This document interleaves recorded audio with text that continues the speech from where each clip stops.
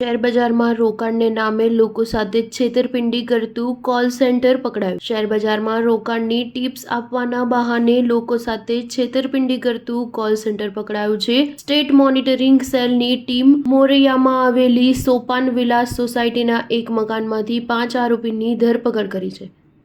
તેમની પાસેથી 19 mobile, 4 charger મળીને ₹31.66 લાખનો મુદ્દામાલ કબજે કર્યો હતો। સ્ટેટ મોનિટરિંગ સેલના ડીવાયએસપી કે.ટી. કામરિયાએ કહ્યું કે બાતમીના આધારે દરોડો પાડી વડનગરના સંજય ઠાકોર, દિલીપ ઠાકોર, રાહુલ ઠાકોરને ઝડપી લીધા હતા। પૂછપરછમાં પોલીસને જાણવા મળ્યું હતું કે આ લોકો શેરબજારમાં રોકાણ કરવાથી વધુ નફો અને વળતર મળશે તેવી લોભામણી લાલચ આપી લોકોને ફોન કરતા હતા। ત્યારબાદ તેમને શેર માર્કેટની ટિપ્સ આપીને ઇન્વેસ્ટમેન્ટ કરાવી પૈસા પાડવાનું રેકેટ ચલાવતા હતા। न्यूज़ 7 હંમેશા સચ્ચાઈની સાથે।